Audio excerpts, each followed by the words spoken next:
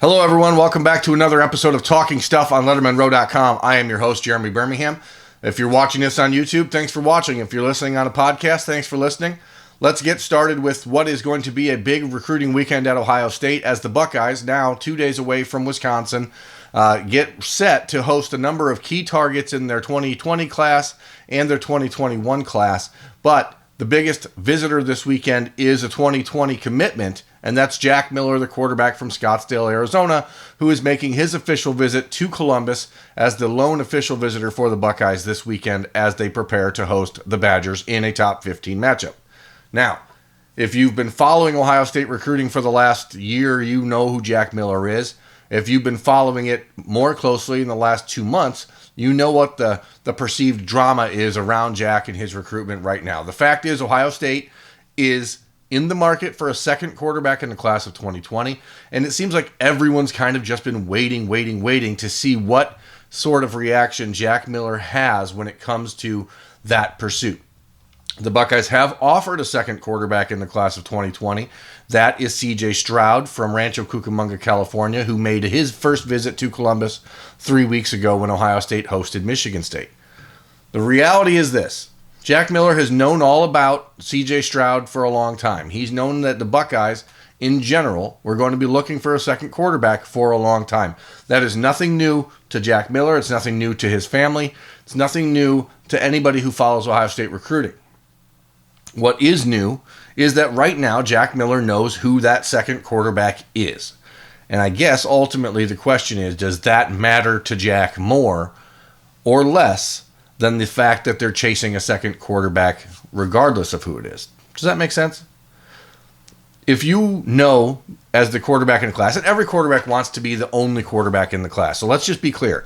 There's nobody out there who's a top tier quarterback in high school football who thinks to himself, you know what, the best choice for me is probably to find a class where I'm part of a 2 quarterback group.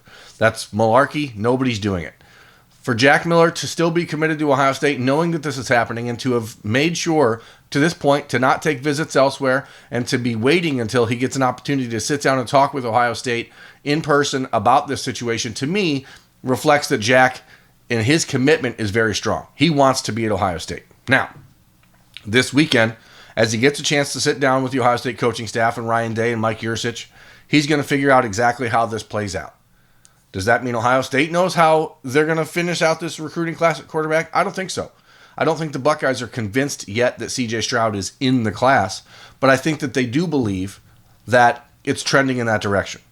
So for Jack Miller, this weekend is an opportunity for him to get back on campus and reestablish himself as sort of the alpha quarterback in this class and make sure that he is putting a best foot forward with the Ohio State coaches and letting them know, I'm not going anywhere. This is my class. I was one of the first commitments in it. I've been helping build it. And that he takes the next step in his own development to stand out and say, hey, I understand what you're doing. I realize that there has to be a second quarterback in this class somewhere, but that doesn't affect what I do. A lot of people are wondering if this weekend is sort of a come to Jesus talk or anything like that, and I just don't think it is. I think that this is a matter of Ohio State and the Miller family sitting down and ironing out what they've already known for a while. That is that Jack Miller is a player Ohio State believes can be the next quarterback in Columbus. But for the roster's sake, for the program's sake, they have to have a second quarterback in this group.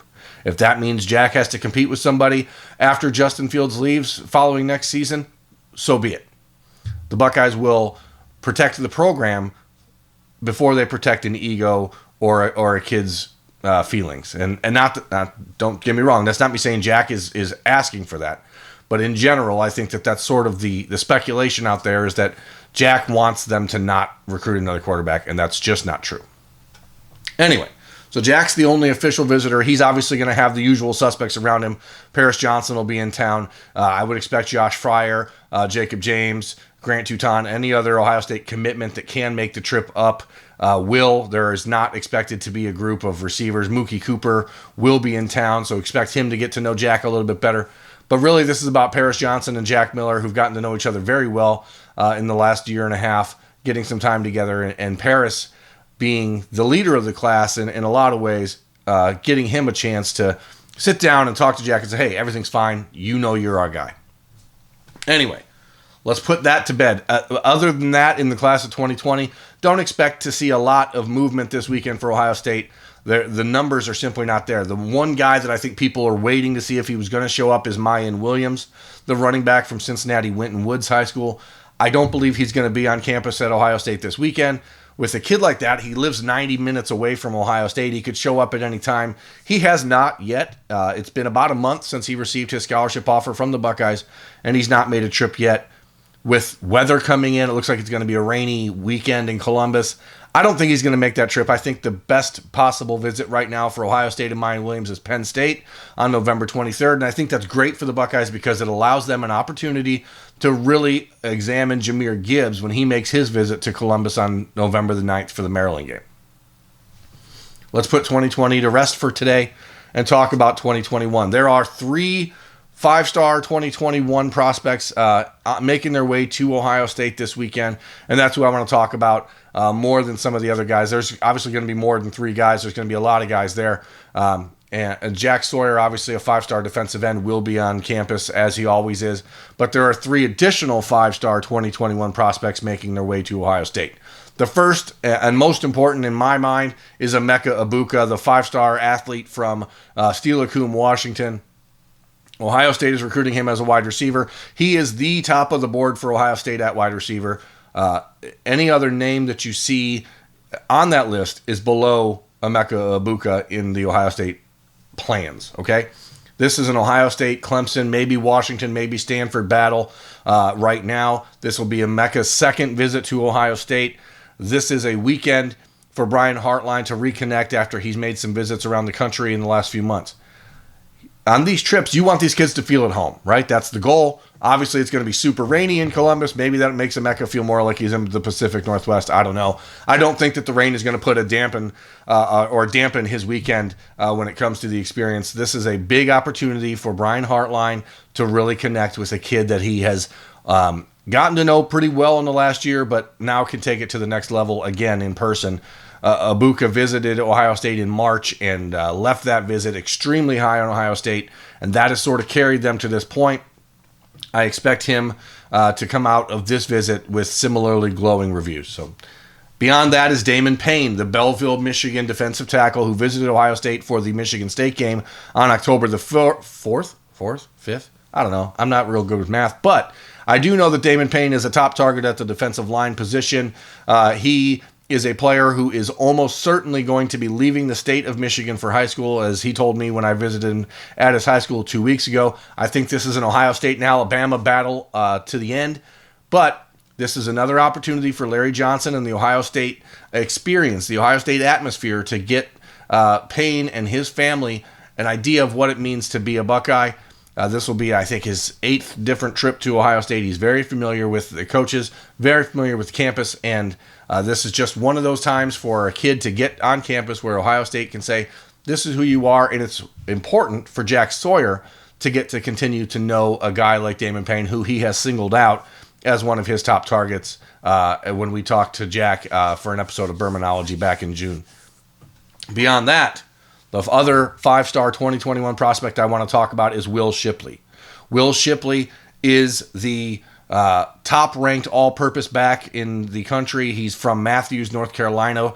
He is I don't want to put too much of an expectation on him, but he's like a Christian McCaffrey, Curtis Samuel type player. He's comfortable enough in the passing game to play in the slot, but he really is most effective out of the backfield. And some people, I think, believed, myself included, that when Ohio State began recruiting him, that you could see him as a slot receiver.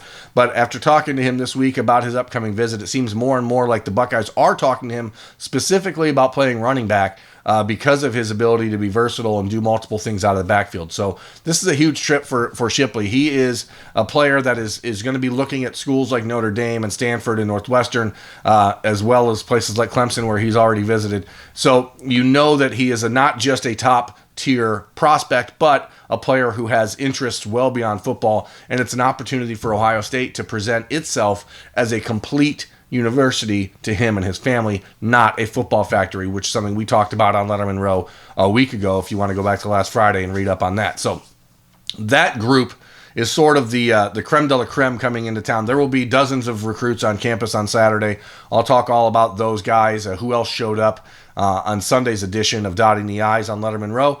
But for now, that's where we're going to wrap up today's quickie preview, visitor preview, update, weekend, whatever you want to call it. I'm not always very, what's the word I'm looking for here? Smooth when it comes to just talking off the cuff. But anyway, folks, I appreciate you listening, watching. Please review, subscribe, hit that little bell in the corner. If you're watching this on YouTube, there's like a bell, I guess, and then it lets you know when there's new episodes of Talking Stuff available, or Bermanology, or anything else on Lettermen Row. So again, thanks for watching, thanks for listening, and we will talk to you on Sunday. Thanks again, folks. Thanks for watching. Subscribe below to get the latest videos from Lettermen Row. We got Letterman Live, we've got the practice report, we got rapid reaction. Hey, and you know we got Buck IQ with Zach Bourne. For sure. We got recruiting breakdowns with Berm. We got whatever you need. Ohio State football and Ohio State athletics, we've got you covered here at Lettermen Row.